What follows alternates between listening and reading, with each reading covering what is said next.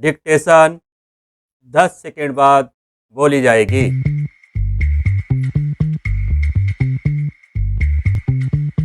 5 second. Ready, start. Delhi विश्वविद्यालय के पूर्व professor GN.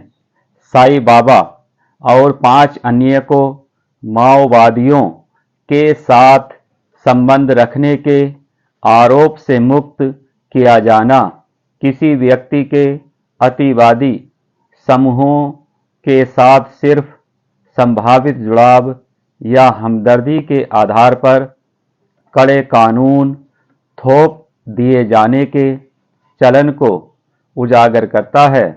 Bombay high court द्वारा उन्हें बरी किया जाना गैर कानूनी गतिविधि अधिनियम की कठोरता को संतुलित करने वाले प्रक्रियात्मक सुरक्षा उपायों को पूर्ण अर्थ प्रदान करने की दृष्टि से उल्लेखनीय है।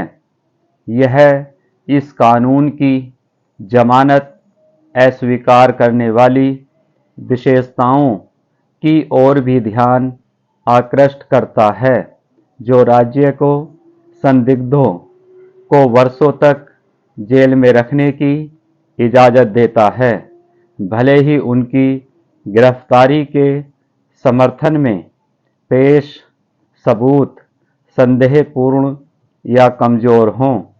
इस मामले की बात करें तो 5 आरोपी 2013 में गिरफ्तार किए गए थे और तब से कैद में थे और उनमें से एक की मौत अपील लंबित रहने के दौरान हो गई।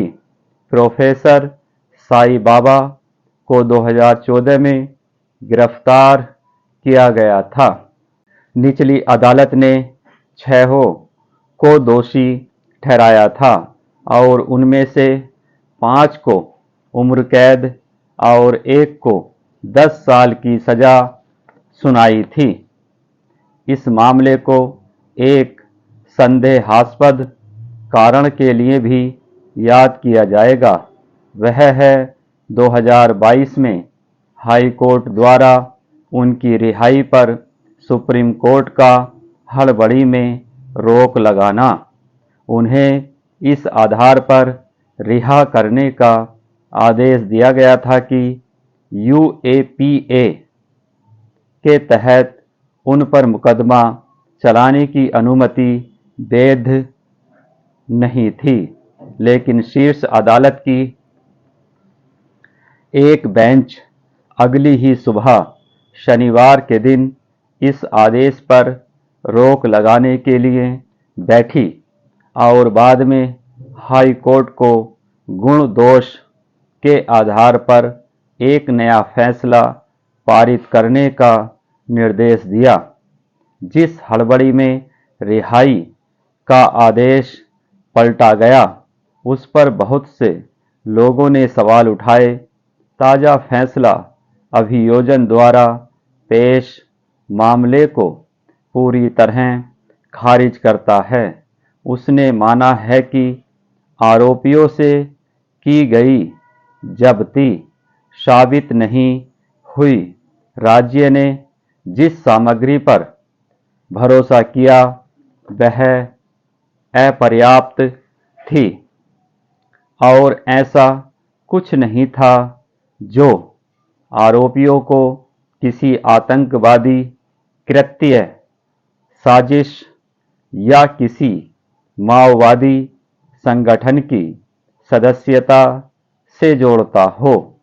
फैसले में यह भी पाया गया कि यूएपीए के तहत 5 आरोपियों के लिए दी गई मंजूरी अवैध थी, क्योंकि अधिकारी की जिस रिपोर्ट में उनके खिलाफ सामग्री की स्वतंत्र रूप से समीक्षा की जानी थी, वह अभियोजन के लिए हरी झंडी मात्र थी, जिसमें सबूतों की प्रकृति पर कोई चर्चा नहीं की गई थी।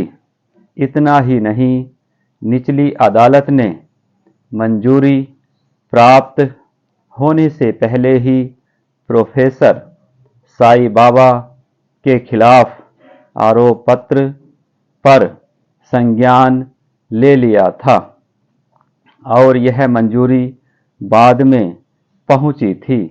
आरोपी के खिलाफ यूएपीए के इस्तेमाल पर चर्चा करते हुए हाई कोर्ट ने इस बात पर फिर जोर दिया है कि कानून जितना कठोर है, प्रक्रियात्मक सुरक्षा उपायों के पालन की भी उतनी ही ज़्यादा ज़रूरत होगी।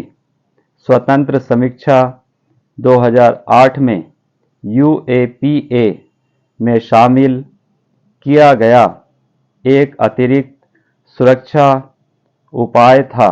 यह फैसला इस सिद्धांत को दोहराता है कि आतंकवादी कृत्य से जोड़ने वाले किसी सीधे सबूत के बगैर सिर्फ साहित्य या प्रचार सामग्री रखना यूएपीए के तहत दोषी ठहराए जाने का आधार नहीं हो सकता। स्टॉप।